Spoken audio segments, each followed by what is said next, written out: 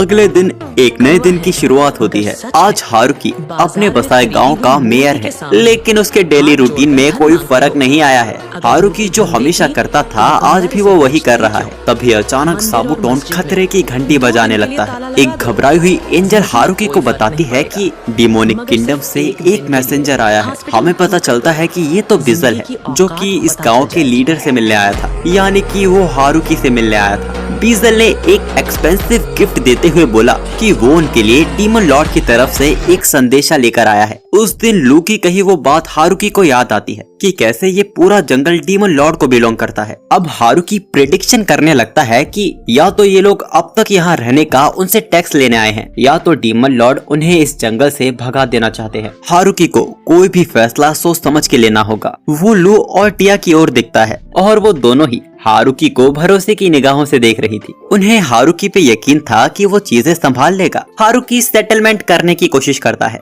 वो बोलता है कि वो लोग यहीं रहेंगे और इसके बदले में वो डीमन लॉर्ड को 10% टैक्स देंगे और ये टैक्स में फसल देने की बात कर रहे थे। ये सुन बिजल एकदम हैरान हो जाता है। हारुकी भी डर गया था कि कहीं उसने कम तो नहीं बोल दिया, लेकिन असल में तो बिजल इस सेटलमेंट को करने के लिए पागल सा हो रहा था। हारुकी कहता है लेकिन आपको हर साल विंटर खत्म होने से पहले आना होगा। बिजल इसके लिए भी मान जाता है और इसके बाद उनके बीच एक कॉन्ट्रैक्ट साइन होता है। वैसे मैं आपको बता दूं कि यहाँ डील सिर्फ 10% फसल की हुई है। दूध, अंडे, शहद, शराब अगर चाहिए तो इसके लिए उनको धंधा यानी कि बिजनेस करना होगा। अब गुड बाय गिफ्ट लेकर आ जाता है। टिया और लू हारुकी के बातचीत करने के तरीके की तारीफ करते हैं, जो उसने टैक्स को 10% में ही फिक्स करवा दिया, नहीं तो टैक्स 50 से 60% देना पड़ता है। हारुकी को खुद भी यकीन नहीं होता कि वो इतना टैलेंटेड है, लेकिन ये अच्छी बात थी कि वो लोग साल में बस एक ही बार आएंगे। इससे उन्हें ये भी नहीं पता चलेगा कि ये लोग क्या क्या प्रोड्यूस करते हैं। तभी वहाँ लू काफी ज्यादा खुश होने लगती है क्योंकि बिजल उन्हें काफी कीमती गिफ्ट देके गया था, एक ऐसा पोर्शन जो किसी भी चोट को ठीक कर सकता है। और दूसरी तरफ डीमन लॉर्ड के कैसल में सभी जनरल इस बात से हैरान थे कि हारुकी ने उनके साथ समझौता कर लिया है। उनमें से एक बोलता है कि शायद वो लोग कोई षड्यंत्र रचा रहे हैं। बिजल को भी ऐसा ही लगता है, लेकिन वहाँ उनकी बात मानने के अलावा उसके पास कोई चारा नहीं था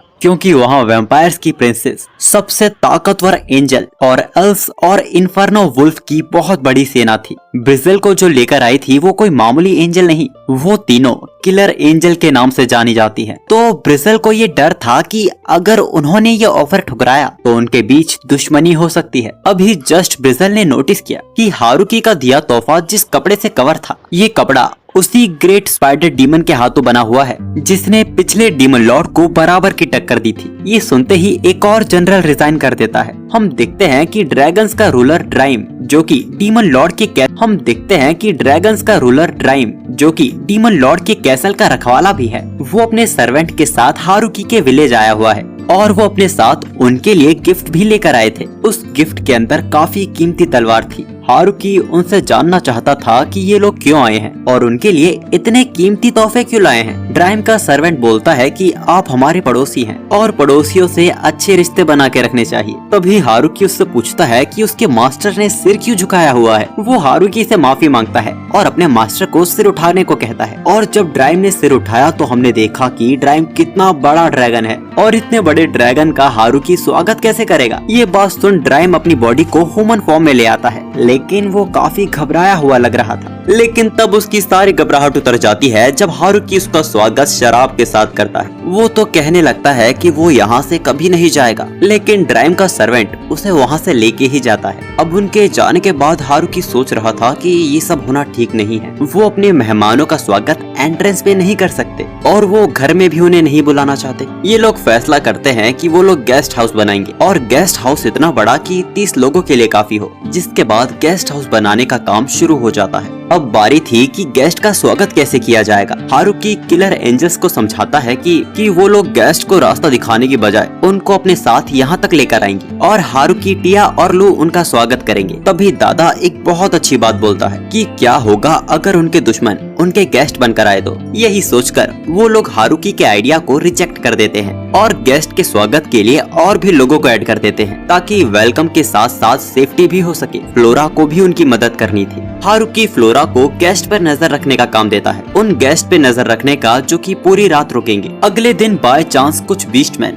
हारुकी के विलेज में गेस्ट बनकर आते हैं। ये लोग हाउलिंग विलेज से आए हैं और ये हारुकी के विलेज के साथ रिलेशन बनाना चाहते हैं। लू उनका स्वागत करते हुए उन्हें गेस्ट रूम ले जाने की बात करती है, लेकिन उससे पहले वो पूछती है कि क्या आप सिर्फ इतने ही हो। उनका लीडर गाल्फ कहता है कि हम बस इतने ही हैं। तभी रिवील होता है कि 2 लोग छिपे हुए थे जिनको इन्फर्नो वुल्फ ने सूंघ लिया था, जैसा कि उनके लीडर ने कहा था कि वो सिर्फ इतने ही हैं। तो लू उसकी बात मानकर इनको मारने की बात करती है। गाल्फ उनसे माफी मांगता है और कहता है कि शायद ये लोग पीछे रह गए होंगे। खैर, इन लोगों का गेस्ट रूम में स्वागत किया जाता है। ऐसी खूबसूरती देख इन लोगों के मुंह से लार टपक रही थी, पर हम देखते हैं कि टिया ने बाहर से दरवाजे को बंद कर दिया है। टिया को शक है कि ये लोग उनके मेहमान नहीं हैं, क्योंकि ये लोग खाली हाथ आए हैं और आखिर इनके 2 लोग पहले क्यों छिपे हुए थे। इन सभी बातों को नजरअंदाज नहीं किया जा सकता। ये लोग इन्हें स्पेशल ट्रीटमेंट ना देकर इन्हें खाने के लिए कच्ची सब्जियां देते हैं। हारुकी को उनके लिए बुरा लग रहा था। वो मेड से कहता है कि उन्हें थोड़ी वाइन तो दे दो, और ये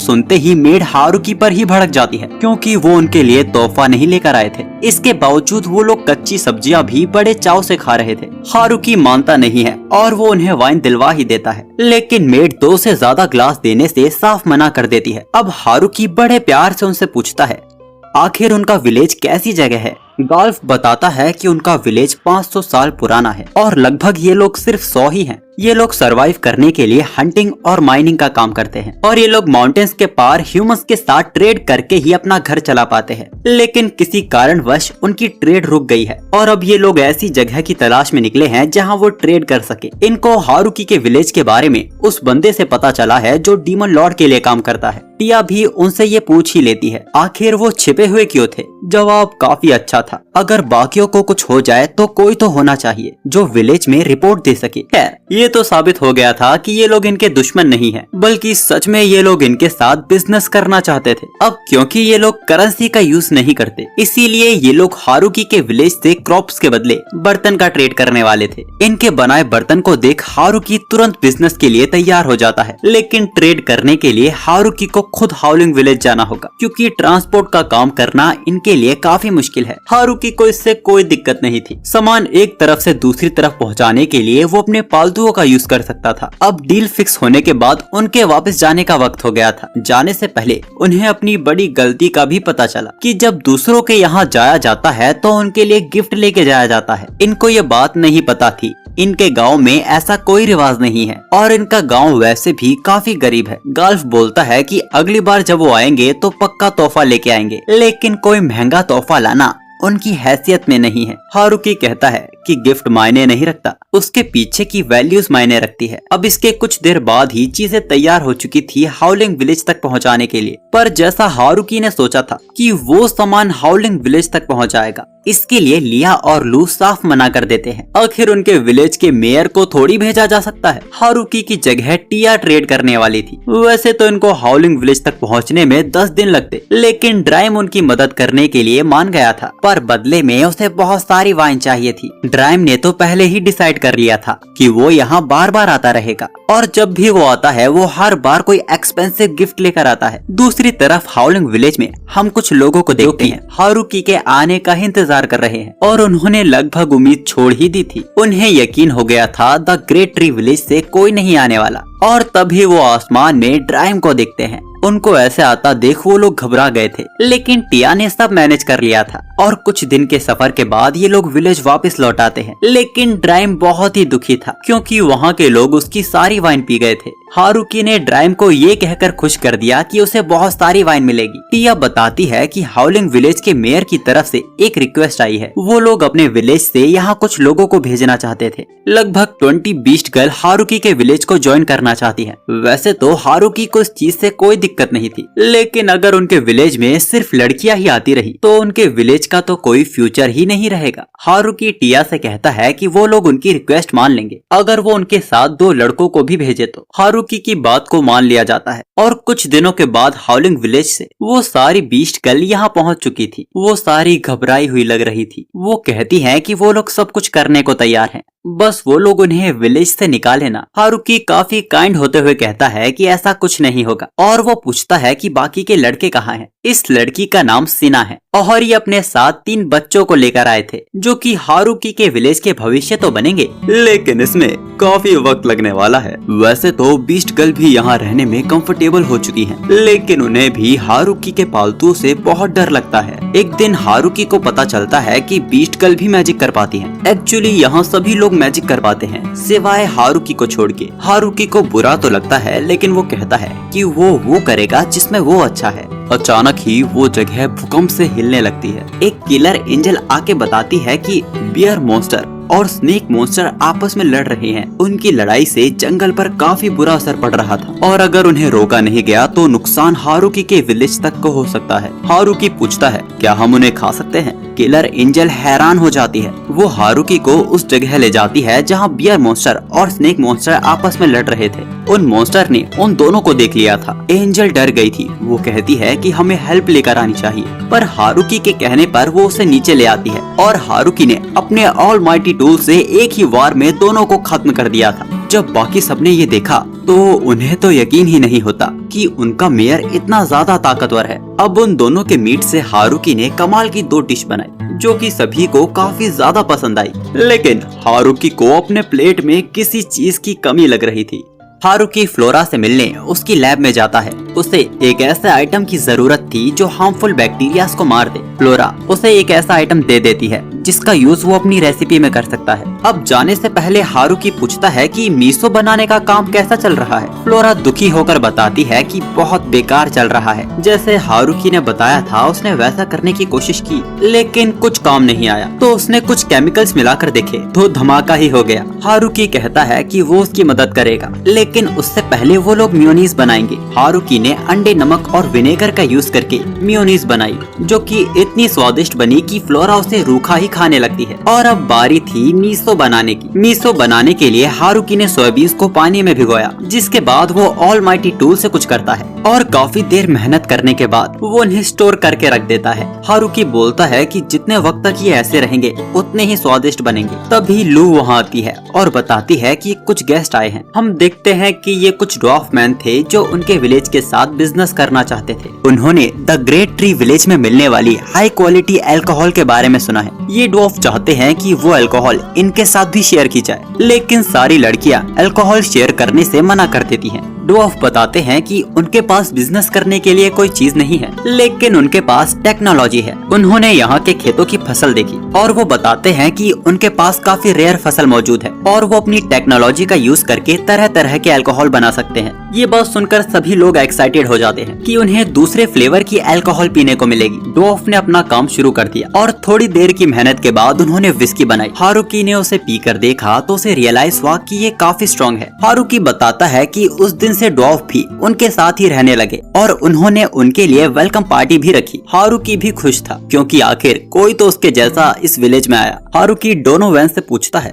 क्या उसे यहाँ कोई लड़की पसंद आई। डोनोवन कहता है कि यहाँ की सारी लड़कियाँ बहुत खूबसूरत है, लेकिन सभी लड़कियाँ उससे छोटी हैं और असल में तो डोनोवन को औरतें पसंद है जिनकी मूछें और दाढ़ियाँ हों। अब इसके अगले दिन हारुकी जब खेतों में काम करने जा रहा था तभी अचानक खतरे की घंटी बजती है। हारुकी ने आसमान में देखा तो कोई ड्रैगन उनके विलेज में आ रहा था। हारुकी ने तुरंत अपना वेपन उस पर तान दिया था, लेकिन तभी हम देखते हैं कि ड्राइम उससे लड़ रहा है और तभी एक और व्हाइट ड्रैगन वहाँ आने लगता है। हारुकी ने तुरंत उस पर हमला कर दिया, लेकिन वो हारुकी के अटैक को डॉज कर लेती है। हारुकी वापस उस पर हमला करने वाला था, पर तभी ड्राइम का असिस्टेंट बीच में आ जाता है और बताता है कि ये उनके दुश्मन नहीं है। हमें पता चलता है कि ये तो ड्राइम की फैमिली है। ड्राइम की बेटी का नाम लास्टिन मून है और उसकी वाइफ का नाम लून है। हमें पता चलता है कि जब भी ड्राइम हारुकी के विलेज में आता था हमेशा छिप कर आता था, जिस कारण उसकी बेटी और उसकी वाइफ को उस पे शक होने लगा। तो सच की तलाश में ही ये लोग यहाँ आए थे। अब हमें ये बात भी पता चलती है कि ड्राइम जो गिफ्ट लेकर आता था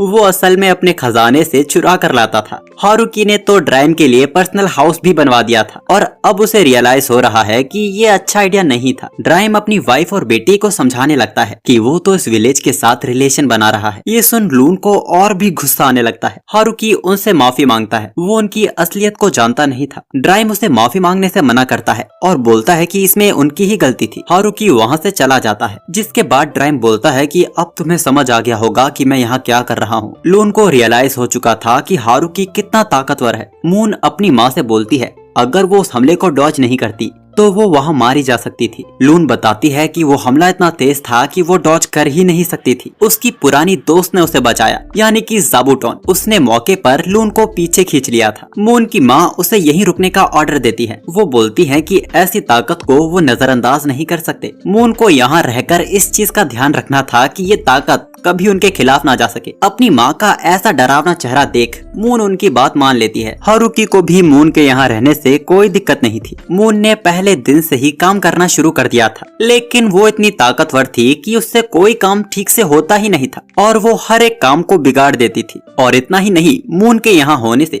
गायों ने और मुर्गियों ने दूध अंडे देना बंद कर दिया था। ड्रैगन इतने ताकतवर होते हैं कि सभी जानवर उनसे डरते हैं। टिया बताती है कि ड्रैगन सिर्फ ताकतवर ही नहीं, इंटेलिजेंट भी होते हैं। ये बात सुनकर हारुकी को एक आइडिया आता है। अगली बार जब विजल यहाँ फ्रूट्स का ट्रेड करने आया था, उसने यहाँ मून को देखा, जिसको विलेज के रिलेशनशिप को संभालने का काम मिला है। मून को यहाँ देख विजल की हालत खराब होने लगती है। मून बताती है कि उनके पास कुछ चीजों के स्टॉक कम है, इसीलिए उसे कुछ और लेके जाना होगा। डरा हुआ बिजल बस उसकी हाँ में हाँ मिलाता जाता है और सामान तैयार होते ही तुरंत वहाँ से निकल जाता है। और उसने सबको जाके बताया कि अब उनके पास ड्रैगन भी है। ये बात सुनकर सभी लोग काफी चिंता में आ जाते हैं। बिजल को समझ आ गया था कि उन्हें उन पर नजर रखनी होगी। बिजल अपनी बेटी को बुलाता है, जिसको वो द ग्रेट ट्री विलेज पर नजर रखने को कहता है। इसके साथ ही बिजल अपनी बेटी के लिए थोड़ा चिंतित भी था, लेकिन वो अपने पिता का काम करने के लिए पूरी तरह तैयार थी। उसने अपने मैजिक का यूज करके द ग्रेट ट्री विलेज पर नजर रखना शुरू कर दिया। वो ये देख एकदम हैरान थी कि इतने खतरनाक जंगल के बीच इन्होंने इतना खूबसूरत और सिविलाइज्ड विलेज बना लिया है। वो उनके विलेज जाती है, जहाँ उसका स्वागत मून ने किया। फ्लोरेन को यकीन नहीं होता कि इतनी ताकतवर ड्रैगन यहाँ है। मून उसे हारुकी के खेत दिखाने लगती है। फ्लोरेन को समझ नहीं आ रहा था कि ये लेजेंडरी ड्रैगन उसे ये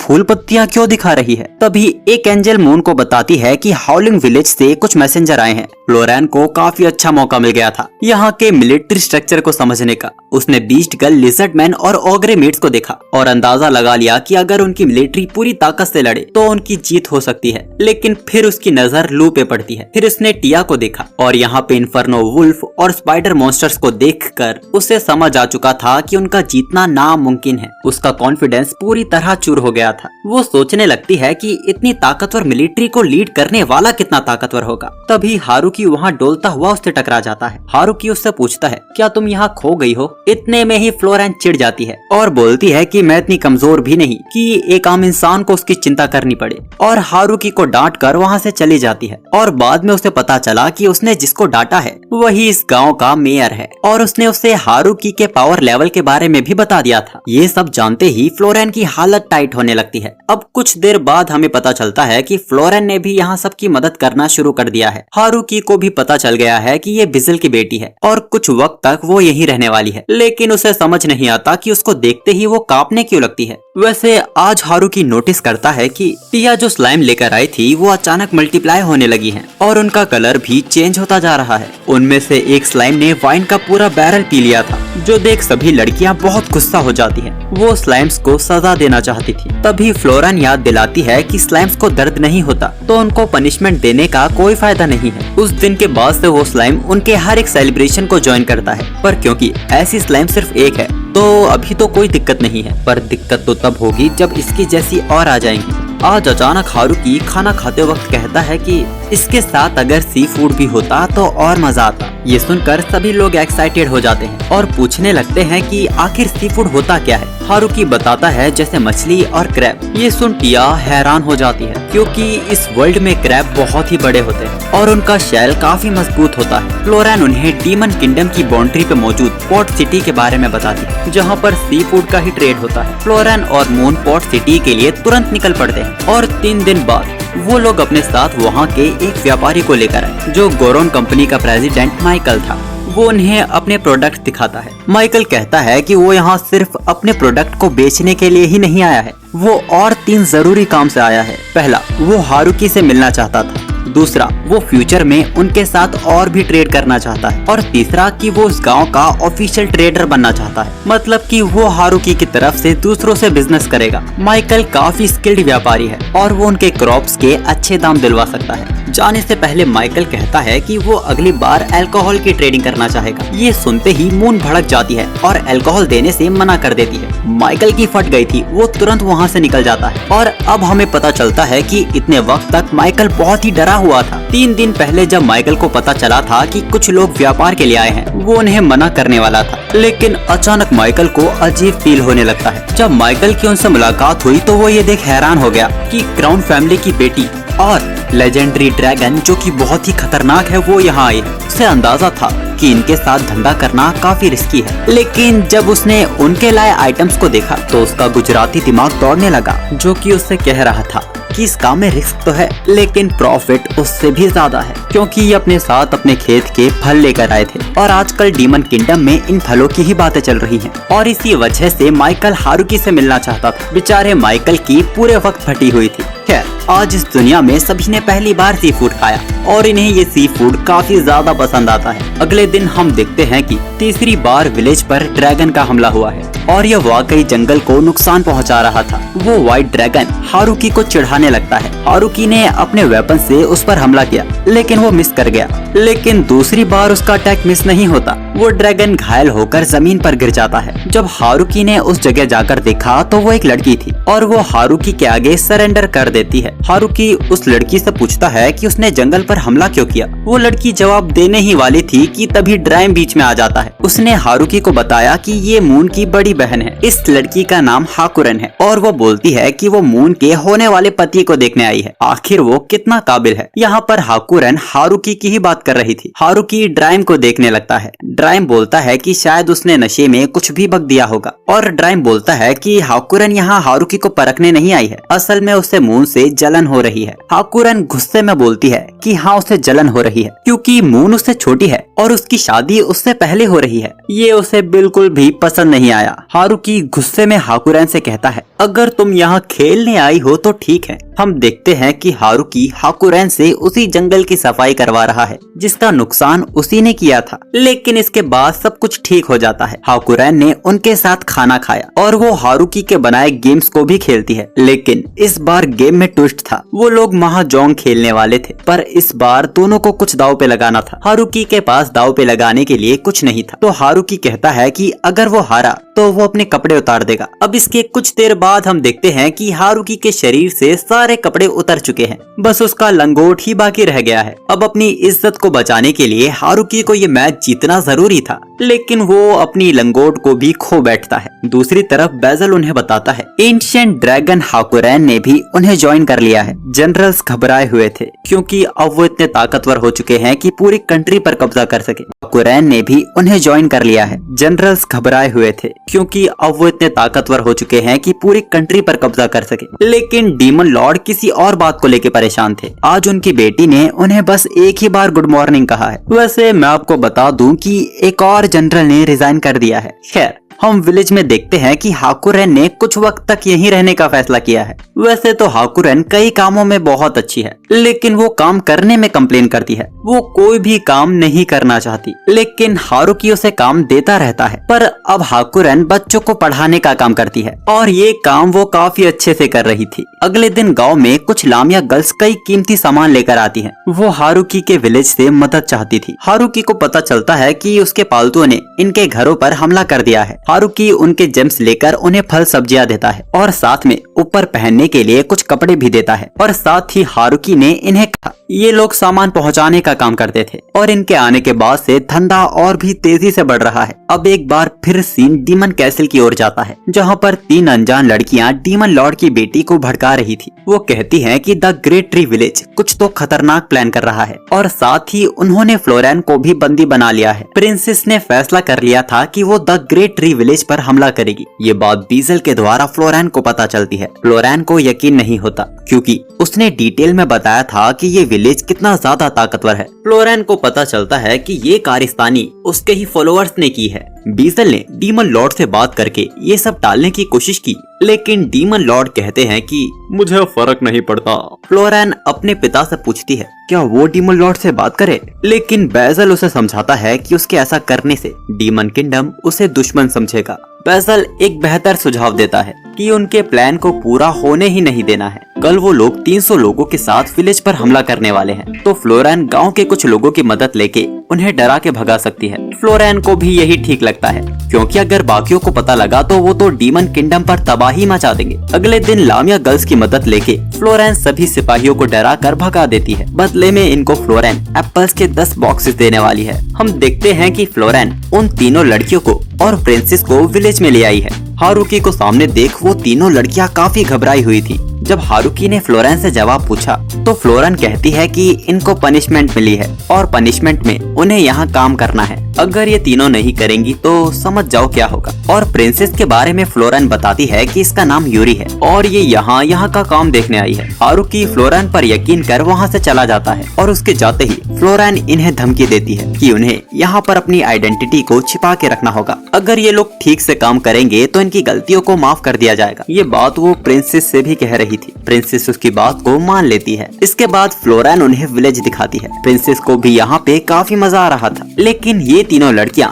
बाज नहीं आती। वो रात में यहाँ से भागने का प्लान करती हैं, लेकिन हारुकी के पालतुओं से कौन ही बच पाएगा। उन्होंने सुबह भी भागने की कोशिश की, लेकिन ज़ाबुटोन के चलते वो इसमें भी फेल हो जाते हैं। उन तीनों ने हार मान ली और वो विलेज में मदद कराने लगते हैं। प्रिंसेस को ये जगह काफी ज्यादा पसंद आई। उन्हें पछतावा होने लगता है कि वो यहाँ पे वॉर करने वाली थी, पर वो इसमें गलती फ्लोरेन की ही बताती है, क्योंकि वो उन्हें बिना बताए आई थी। हमें पता चलता है कि फ्लोरेन और प्रिंसेस बचपन के बेस्टी है। फ्लोरेन प्रिंसेस से माफी मांगती है और कहती है कि अब ये गलती फिर कभी नहीं होगी। दूसरी तरफ उन तीनों लड़कियों को भी यहाँ रहने में काफी मजा आने लगा था। लू ने देखा कि उनके विलेज को कुछ नए लोगों ने ज्वाइन किया है। तभी हारुकी नोटिस करता है कि लू की हाइट थोड़ी छोटी लग रही है। लू कहती है कि शायद उसका ट्रांसफॉर्मेशन मैजिक ठीक से काम नहीं कर रहा है, लेकिन वो जल्द ही ठीक हो जाएगी। अगले दिन प्रिंसेस खेत में काम करने की जिद करती है। वो तीनों प्रिंसेस को ये काम करने से मना कर रही थी। ये काम छोटे लोग करते हैं, इसमें उनके कपड़े गंदे हो जाएंगे।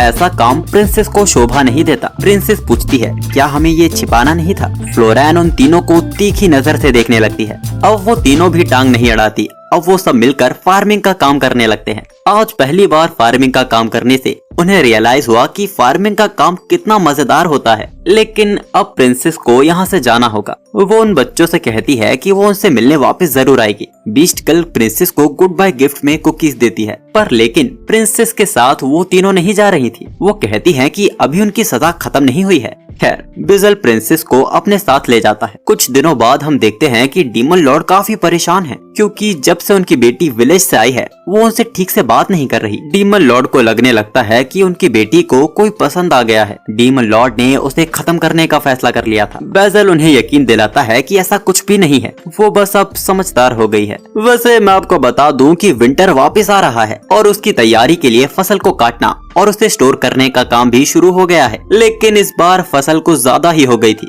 उनके पास स्टोर करने के लिए जगह ही नहीं बची। मून हारुकी से पूछती है कि क्या वो थोड़ी क्रॉप अपने घर पहुंचा दे। हारुकी कहता है कि ये काफी अच्छा आइडिया है। हाकुरन भी पूछती है कि क्या वो भी अपने घर थोड़ी सब्जियां पहुंचा दे। हारुकी थोड़ा कंफ्यूज हो जाता है। हमें पता चलता है कि मून और हाकुरन में चाचा ताऊ वाला रिश्ता है और हाकुरन के माता पिता भी काफी जाने माने ड्रैगन हैं, बल्कि वो तो जगह के राजा हैं। खैर, मून थोड़ा सामान अपने घर पहुंचा देती है। वापस विलेज जाने से पहले वो माइकल से मिलती है। माइकल से उसे पता चला कि एक समुद्री मॉन्स्टर उनके व्यापार के काम में बाधा बन रहा है। माइकल के कहने पे मून उस मॉन्स्टर को खत्म कर देती है और आज रात वो उसी मॉन्स्टर का मीट खाने वाले थे। हाकुरन भी कुछ क्रॉप्स लेकर अपने घर गई, लेकिन वो वापस कुछ लोगों को साथ लेकर लौटी। ये लोग माउंटेन एल्फ हैं, जो कि फायर मैजिक जानते हैं। लिया बोलती है कि ये लोग भी मीट खाते हैं। खैर, इन लोगों के लीडर का नाम या है। या कहती है कि वैसे तो वो लोग माउंटेन में रहते हैं, पर अब पहाड़ों में खाना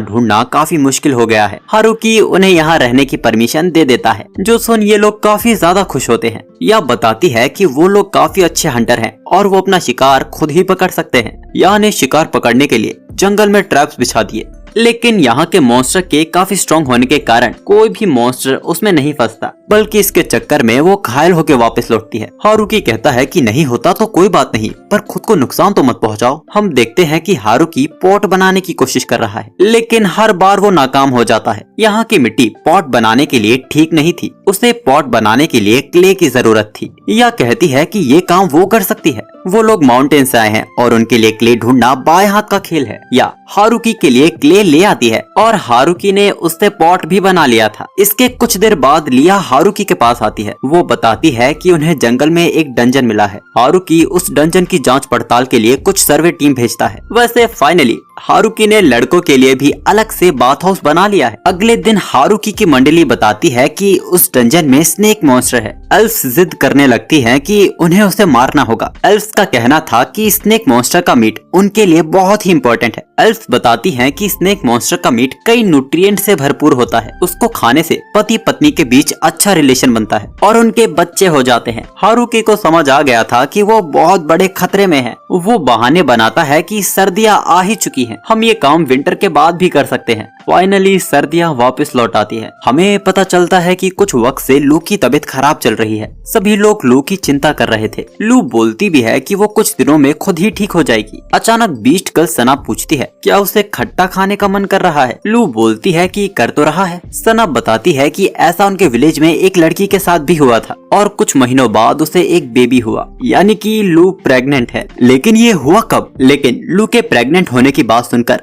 सभी लोग खुशी से पागल हो जाते हैं। हारुकी अब और भी ज्यादा लू पर ध्यान देने लगा था, जिसके लिए लू मना भी करती है। लेकिन एक दिक्कत थी कि हारुकी बेचारा सुबह जल्दी नहीं उठ पाता, क्योंकि अगर वो उठता है तो सारी मेड्स भी उठ जाती है, जिस कारण उनकी नींद पूरी नहीं हो पाती और उनके लिए ही हारुकी जल्दी नहीं उठता। वैसे खेतों का काम काफी अच्छा चल रहा है, बल्कि पहले से और बेहतर हो गया है। तभी आन्या शिकायत करने आती है कि उस स्लाइम ने वापस पूरा वाइन का बैरल पी लिया है। इसीलिए आन्या को काफी गुस्सा आ रहा था। हारुकी आन्या को शांत करने की कोशिश करता है। वैसे ब्रेकफास्ट का वक्त हो चुका है, लेकिन अब ये लोग इतने ज्यादा हो चुके हैं कि साथ बैठकर खाना नहीं खा सकते। इसीलिए अब खाना 3 ग्रुप्स में होता है। पहले ग्रुप में विलेज के मेन पर्सन खाना खाते हैं, दूसरे ग्रुप में मेड्स खाना खाती है, तीसरे ग्रुप में वो लोग खाना खाते हैं जो खाना ही लेट खाते हैं। पर हाकुरन का तो अलग ही चल रहा है। वो तो तीसरे ग्रुप में भी नहीं आती, वो तो बस सोती ही रहती है। तभी Maria the killer angel village की रिपोर्ट देती है। वो बताती है कि कल 3 मॉन्स्टर रैबिट विलेज में घुसने की कोशिश कर रहे थे, पर कुरू ने सबको खत्म कर दिया। हारुकी बताता है कि किलर एंजल अपना काम पूरी ईमानदारी से करते हैं, पर इस कारण जब उनकी ड्यूटी खत्म होती है तो उनकी बॉडी शट डाउन मोड में चली जाती है, जिस कारण उन्हें लिजर्ड मैन पर ही डिपेंड होना पड़ता है। वही उनके कपड़े धोने जैसे काम करते हैं। आज हारुकी खेतों में नोटिस करता है कि ये अजीब सी चीज वापस फसलों पर लग गई है। वैसे तो ये फसलों को नुकसान नहीं पहुंचाती, लेकिन हारुकी इन्हें फिर भी हटा देता है। अब हारुकी का खेत पहले के मुकाबले काफी ज्यादा बड़ा हो चुका है। इसको संभालना भी मुश्किल है, लेकिन हारुकी को मोटिवेट करती हैं ये फसलें। अब लंच के दौरान दागा बताता है कि गाय को बछड़ा हुआ है, उसकी खुराक को बढ़ाना होगा, तो हारुकी ने भी इसके लिए हाँ कर दिया था। तभी लिया को भी याद आता है कि उनका स्टोरेज रूम भरने वाला है, तो वो पूछती है कि क्या उन्हें बची फसलें माइकल को बेच देनी चाहिए। हारुकी को भी ये आइडिया पसंद आता है। अब लंच के बाद हारुकी वापस काम पे लग जाता है। अब गांव में काफी लोग हो चुके हैं, तो खेतों का काम काफी आसानी से हो जाता है। लेकिन पौधे बोने का काम आज भी हारुकी करता है, और इसके साथ ही छोटे मोटे काम जैसे वो बच्चों के खिलौने बना लेता है। गॉड के दिए ऑलमाइटी टूल की वजह से हारुकी हर काम कर सकता है। कभी कभी वो मेड्स की ट्रेनिंग को भी ज्वाइन करता है। मेड्स हमेशा बैटल की ट्रेनिंग करती है, क्योंकि वो हर खतरे के लिए हमेशा तैयार रहना चाहती है। और साथ ही अगर वो ऐसे ही खाती रही तो एक दिन मोटी हो जाएंगी और वो अपनी मेड ड्रेस को भी नहीं पहन पाएंगी। आज हारुकी भी ट्रेनिंग करने का फैसला करता है, लेकिन तलवार तो उससे चलती नहीं है। तभी वो या के वेपन को देखता है, जो कि छोटा सा नाइफ था। हारुकी को लगा इसे चलाना काफी आसान होगा, लेकिन उसका एक निशाना ठीक नहीं लगता। हारुकी को रियलाइज हुआ कि मामूली हथियार उसके टाइप के नहीं है। वो अपने स्पेयर का यूज करता है और पूरे टारगेट को ही उड़ा देता है। ये देख या एकदम हैरान हो जाती है कि उनका मेयर कितना ज्यादा ताकतवर है। खैर रात हो चुकी थी और डिनर का भी टाइम हो गया था, लेकिन आज मेड से खाना मीठा बन गया है, जो कि हारुकी से खाया भी नहीं जाता, लेकिन वो ऐसा कहता भी नहीं है। तभी फ्लोरेन वहाँ आती है, जिसको हारुकी के लिए प्रिंसेस की तरफ से मैसेज मिला है। प्रिंसेस को कुछ सेब और ज़ोबुटेन के हाथों से बनी ड्रेस चाहिए थी। पिछली बार जो ज़ोबुटोन ने उनके लिए ड्रेस बनाई थी वो उन्हें काफी पसंद आई है। हारुकी भी कहता है कि ज़ोबुटोन को भी अच्छा लगेगा। अब डिनर करने के बाद फाइनली हारुकी को जन्नत नसीब हुई है। लड़कियों के बाथ हाउस में वो कभी रिलैक्स कर ही नहीं पाता था। अब हारुकी जब वापस अपने रूम में जा रहा था तभी उसे फील होने लगता है जैसे कोई उसका पीछा कर रहा हो। ये और कोई नहीं, लिया और बाकी सभी हैं। ये बस हारुकी की सुरक्षा के लिए उस पे नजर रख रहे हैं। अगले दिन हारुकी ड्वार्फ से जाके मिलता है। हमें पता चलता है कि दिन हो या रात ड्वार्फ हमेशा शराब बनाते रहते हैं। वो तो हारुकी को अंगूरों की फसल को और भी बढ़ाने को कहते हैं। हारुकी खेत में जाकर देखता है तो सोचने लगता है कि ये होगा कैसे। तभी सना भगी भगी वहाँ आती है, जो कि बताती है कि विलेज में कोई अनजान घुस आया है। हारुकी ने देखा कि ये अनजान जीव उसकी बनाई गॉड की मूर्ति के सामने अपना सिर झुका रहा है। किलर एंजल्स हैरान थी कि उन्हें तो इसके आने का पता ही नहीं चला। तभी लू वहाँ आती है और वो उस आदमी को पहचान लेती है। ये है प्रोजिनेटर, वैम्पायर्स का पूर्वज। वो यहाँ ये देखने आया है कि क्या सच में लू प्रेग्नेंट है। वैसे मैं आपको बता दूं कि वैम्पायर्स ह्यूमंस की तरह इंटीमेट नहीं करते और ये पहली बार हुआ है तो प्रोजिनेटर इस बच्चे का ध्यान रखने को कहता है। हमें पता चलता है कि प्रोजिनेटर की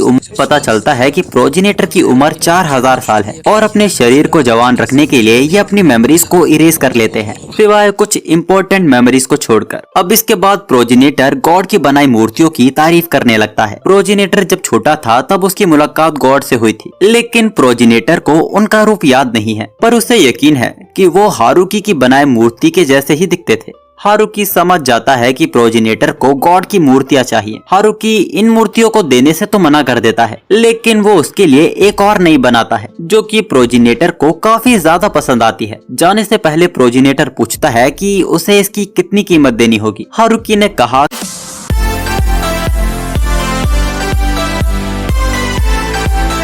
कि गॉड व्यापार करने की चीज नहीं है। हारुकी से खुश होकर प्रोजिनेटर वहाँ से चला जाता है। अब उसके जाने के बाद दूसरों से हमें पता चलता है कि प्रोजिनेटर एक वीआईपी, एक खास इंसान है। प्रोजिनेटर उस मूर्ति को एक टेम्पल लेकर आया। इस टेम्पल में आए प्रोजिनेटर को 50 साल बीत चुके हैं। उसने हारुकी की बनाई मूर्ति को उस टेम्पल में स्थापित कर दिया। उस टेम्पल का पंडित भी उस मूर्ति की तारीफ करता है और कहता है कि हमें इसके कलाकार का नाम इस पर लिख देना चाहिए, लेकिन प्रोजिनेटर ऐसा करने से मना कर देता है। वो हारुकी की पीसफुल लाइफ को डिस्टर्ब नहीं करना चाहता था। हारुकी को भी ये चीज पसंद नहीं आती, लेकिन प्रोजिनेटर कहता है कि ये बात सभी टेम्पल्स तक पहुंचा दी जाए कि जिसने इस मूर्ति को बनाया है उसकी इज्जत की जाए और साथ ही द ग्रेट ट्री विलेज की भी इज्जत की जाए। विलेज में हम लू को पियानो बजाते हुए देखते हैं, जो कि प्रोजिनेटर ने ही लू को तोहफे में दिया है। वो नोबल लड़कियां भी इस पियानो को बजाना चाहती थी, लेकिन ये काफी कीमती पियानो है और उन्हें डर था कि ये कहीं उनसे खराब ना हो जाए। वो रोते हुए हारुकी के पास जाते हैं और कहते हैं कि उन्हें एक पियानो चाहिए जिस पर वो पियानो की प्रैक्टिस कर सके। हारुकी कहता है कि हमारे पास तो पहले से ही पियानो है, लेकिन भले ही पुराना, उन्हें दूसरा पियानो चाहिए था। हारुकी माइकल से बात करता है और वो एक प्रैक्टिस पियानो का इंतजाम करवा देता है। उस पियानो के आने के बाद सभी लोग अपना हाथ उस पर साफ करने लगते हैं और उनके इसी शौक ने हारुकी की रात की नींद हराम कर दी थी। वेल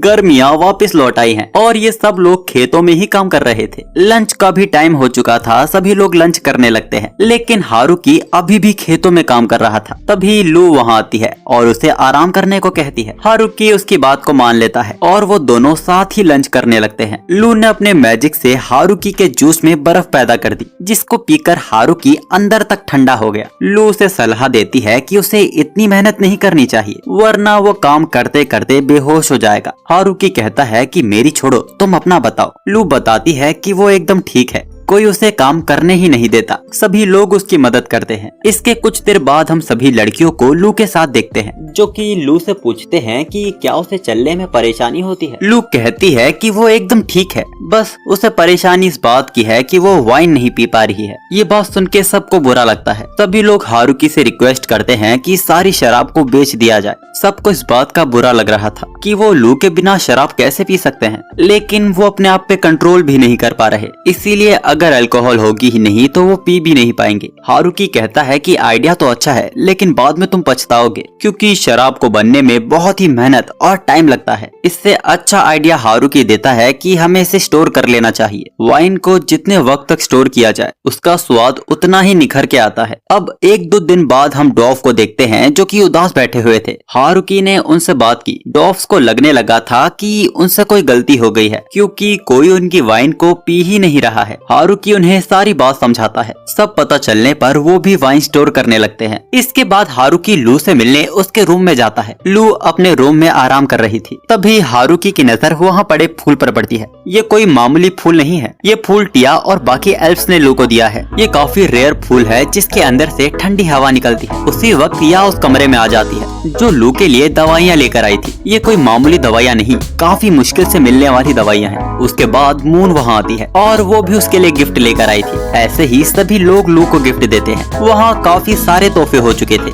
उनमें से एक तोहफे पर हारुकी की नजर जाती है जो कि एक हथौड़ा था। ये गिफ्ट डॉफ ने दिया है। तभी अचानक लू के पेट में दर्द होने लगता है, मतलब कि छोटे हारुकी के आने का वक्त हो गया था। तुरंत सभी लोग बच्चे की डिलीवरी के लिए तैयार हो जाते हैं। हारुकी कमरे से बाहर चला गया था। वो काफी टेंशन में था। हारुकी उसी पेड़ के उसी खाली हिस्से में जाता है जो कभी उसका पहला घर हुआ करता था। हारुकी कैसे शुरू में सोचा करता था कि उसे अकेला रहना है, लेकिन आज उसके पास कितने सारे लोग हैं। इसके कुछ देर बाद हमें पता चलता है कि हारुकी को लड़का हुआ है। हारुकी का बेबी काफी हेल्दी और बहुत ही प्यारा था। लू कहती है कि वो दोनों मिलकर इसको ताकतवर बनाएंगे। हारुकी भी इस पर हाँ कहता है। तभी अचानक छोटा हारुकी रोने लगता है और हारुकी से वो चुप भी नहीं हो रहा था, जिसके बाद बाकी सभी छोटे हारुकी को चुप कराते हैं। अब कहानी एक हफ्ते आगे जाती है। हारुकी बताता है कि वैसे तो उसका बच्चा हाफ वैम्पायर और हाफ ह्यूमन है, लेकिन शक्ल से तो वो इंसान ही लगता है। हारुकी सोच रहा था कि उसे सबके लिए कुछ करना चाहिए क्योंकि सभी ने उसके लिए बहुत कुछ किया है। हारुकी मेन लोगों को इकट्ठा करता है और उन्हें विलेज के नए सिस्टम के बारे में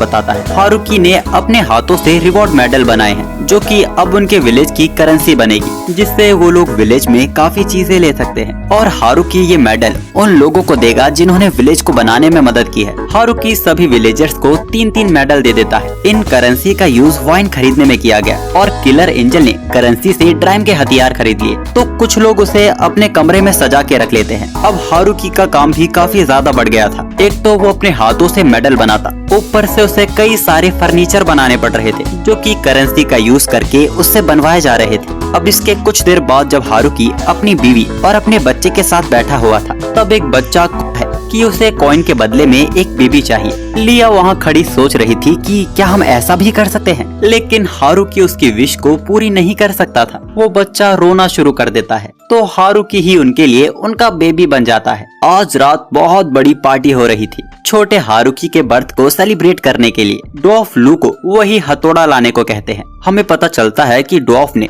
एक स्पेशल वाइन बनाई है हारुकी और लू के लिए। उसी के बैरल को लू को इस हथौड़े से खोलना था। हारुकी और लू मिलकर उस बैरल को खोलते हैं, जिसके बाद वो वाइन सभी लोगों में बंटती है। इस नई वाइन ने पार्टी में एकदम नई जान डाल दी थी। वो लोग उस वाइन को स्टोर करके रख देते हैं ताकि जब छोटा हारुकी बड़ा होगा तब वो इस वाइन को पी सके। यहाँ दूसरी तरफ डीमन कैसल में एक जनरल डीमन लॉर्ड को हारुकी के बच्चे के बारे में बताता है। वो बोलते हैं कि उन्हें द ग्रेट ट्री विलेज के साथ अच्छे संबंध बना के रखने होंगे। वो सुझाव देते हैं कि अगर डिमोनिक किंगडम से किसी की शादी उस विलेज में हो जाए तो वो लोग हमेशा सेफ रहेंगे। डीमन लॉर्ड गुस्सा हो जाते हैं और बोलते हैं कि वो अपनी बेटी की शादी किसी से नहीं करेंगे, भले ही कुछ भी हो जाए। वैसे विलेज में सब कुछ अच्छा चल रहा था, पर कुछ देर बाद उन्हें खबर मिलती है कि लगभग 100 लोग उनके विलेज में रहना चाहते हैं। हारुकी के लिए फैसला करना काफी मुश्किल था क्योंकि 100 लोगों के लिए तो नया विलेज बनाना पड़ेगा। लू कहती है कि वो नया विलेज बनाने के लिए तैयार है। हारुकी समझाता है कि ये कोई चुटकी भर का खेल नहीं है, इसमें बहुत ही मेहनत और वक्त लगेगा। पर सिर्फ लू ही नहीं, सभी लोग इसके लिए कहते हैं कि उन्हें एक और विलेज बनाना चाहिए। तो हारुकी भी उनकी बात को मान लेता है और यहाँ पे इस एनिमे का पहला सीजन खत्म होता है। एक फार्मिंग लाइफ एनिमे मैंने एक्सपेक्ट नहीं किया था कि ये इतना प्रीटी गुड हो सकता है। वैसे अगर आपको ये वीडियो पसंद आई तो कमेंट्स में बताओ ना, आखिर इस सीरीज में आपकी नई वाइफू कौन है। और मैं आपको बता दूं कि हमने डिस्कॉर्ड पर एक नया सर्वर बनाया है जहाँ पर मैं